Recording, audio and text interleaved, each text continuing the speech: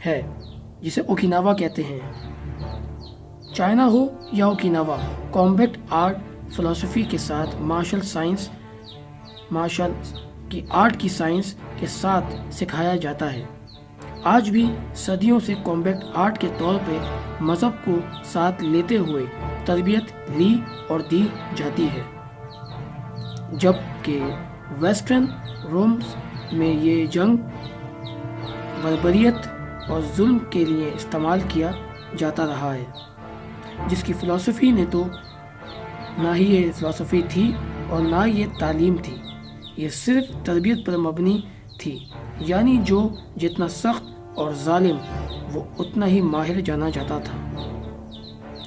ایسے ہی عرب کا ایک زمانہ گزرا جہاں کامبیٹ آرٹ کو خود کو بچانے، اپنے دین کو بچانے اور مظلوم کی مدد کے لیے سکھایا اور سیکھا جاتا تھا۔ یہ بات ایک واضح ہوتی جا رہی ہے کہ کوئی بھی کام اگر اچھی سوچ، اچھی نیت سے ہوگا تو نیک عمل میں شامل ہوں گے، اور جو بری نیت سے ہوگا وہ برائی میں شامل ہوگی۔ ہماری یہ تحقیق گوگل، انسائکلوپیڈیا، بکس، ویڈیوز پر 1% بھی مبنی نہیں ہے، یہ 100% فٹ ورک ریسرچ کے بعد پیش کی گئی ہے، اور سستی شہرت کے لیے مفت سرچنگ انجن میں ڈالے بغیر بڑے بڑے ہسٹورین اور ریسرچر سے تصدیق شدہ ہے، اور اپنی ذاتی مارشل آرٹ یا اصلی لفظ کامبیٹ آرٹ میں جدید تعلیم اور تربیت کے ساتھ سالوں سال تجربے کے بعد آپ کے سامنے پیش کی گئی ہے۔ گوگل سرچ کر کے، انسائکلوپیڈیا وغیرہ پر سرچ کرتے آپ وہی پڑھتے ہیں جو لکھ دیا جاتا ہے۔ کسی نے کیا سوچ کے لکھا، کس کا کیا ویژن، کس تحت وہ لکھا گیا، کہاں سے اپروف انفارمیشن دی جا رہی ہے، بہت امپورٹنٹ ہوتا ہے۔ علم کے لیے امید ہے یہ ویڈیو، یہ شارٹس ہسٹری آپ تمام مارشل آرٹسٹ کے لیے ایک اہم سوچ اور ذہن کو کھولنے میں مدد کرے گی۔ ایجپٹ کے پروفیسر اشرف حمدی اور طارق حسن ہسٹری سے ملاقات ہوئی، جس میں وہ بتا رہے تھے مجھے کہ ایجپٹ کی ہسٹری کہیں کھو گئی ہے۔ زمانے گزرنے کے ساتھ ساتھ صرف مذہبی اعتبار سے چیزوں کو زندہ رکھا ہوا ہے۔ البتہ ایجپٹ کی کامبیٹ آرٹ کہیں صدیوں پہلے تھی، اور آج وہ ماڈرن ایجپٹ ڈانس کے اندر محسوس ہوتی ہے، لیکن ایکچول شکل کیا تھی یہ بتانا مشکل ہے۔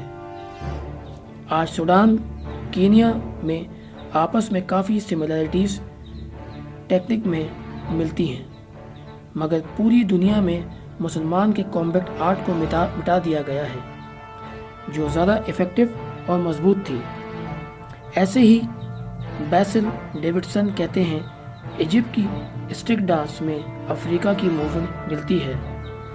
جیسے کہ آپ سمجھ سکتے ہیں کہ جہاں رومن امپائر کی بات ہو رہی ہو یا ظلم کی پرانی داستان، وہاں ہندوازم کا کوئی قصہ نہیں ملتا سوائے عیسائی و مسلمان کی، یا یہ تمام ہسٹریز میں صدیوں پرانا کامبیٹ آرٹ 4 حصوں میں سمجھا جا سکتا ہے۔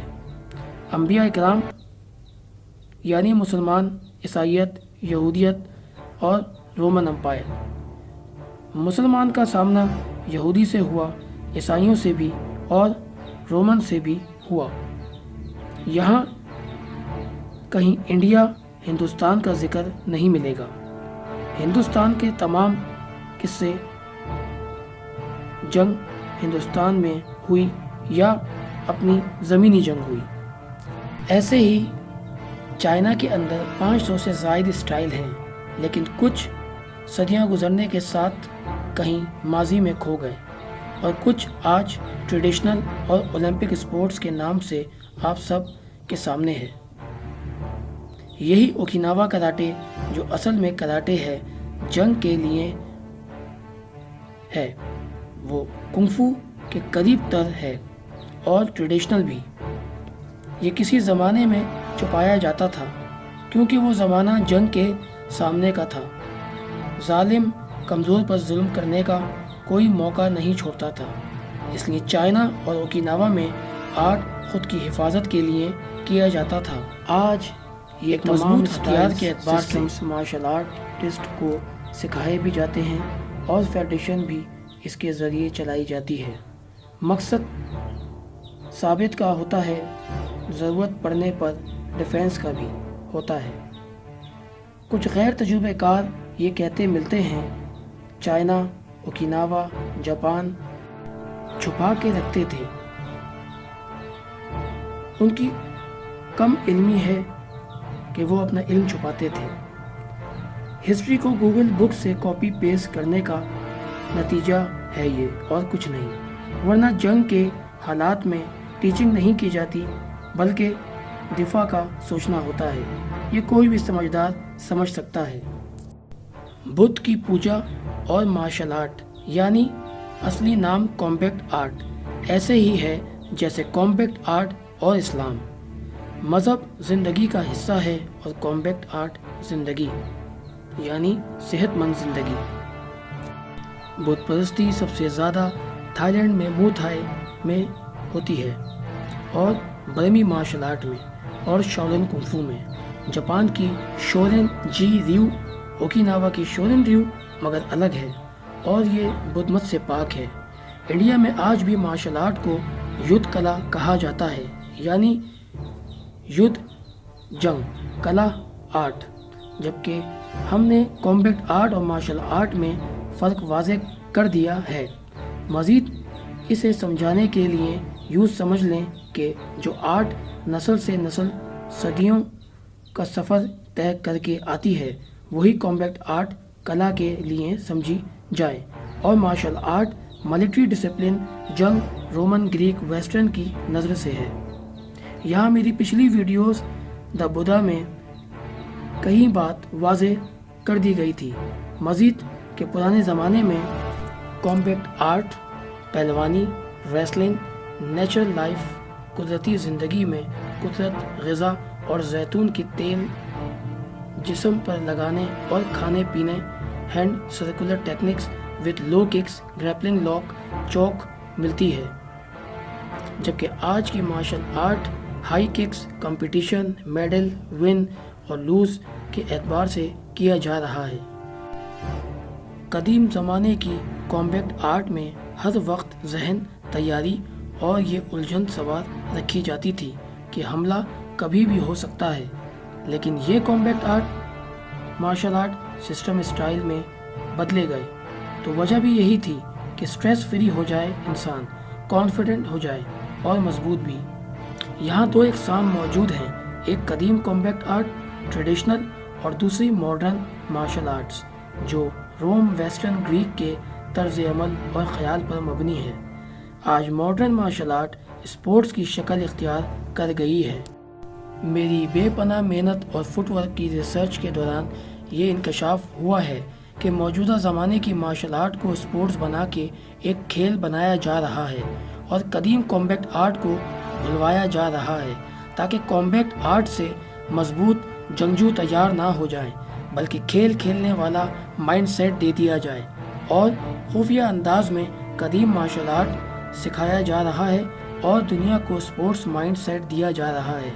ہر مارشل آرٹسٹ کو دونوں طرز پریکٹس پر ٹریننگ کرنا چاہیے۔ ہم امید کرتے ہیں خیالی دنیا سے نکل کر ہمارے ناظرین اپنا بہترین راستہ تلاش کرنے میں اب بآسانی کامیاب ہو جائیں گے۔ ہم اپنی اگلی 8 ایپیسوڈ میں مارشل آرٹ کو مزید تفصیل سے بیان کرنے کی کوشش کریں گے۔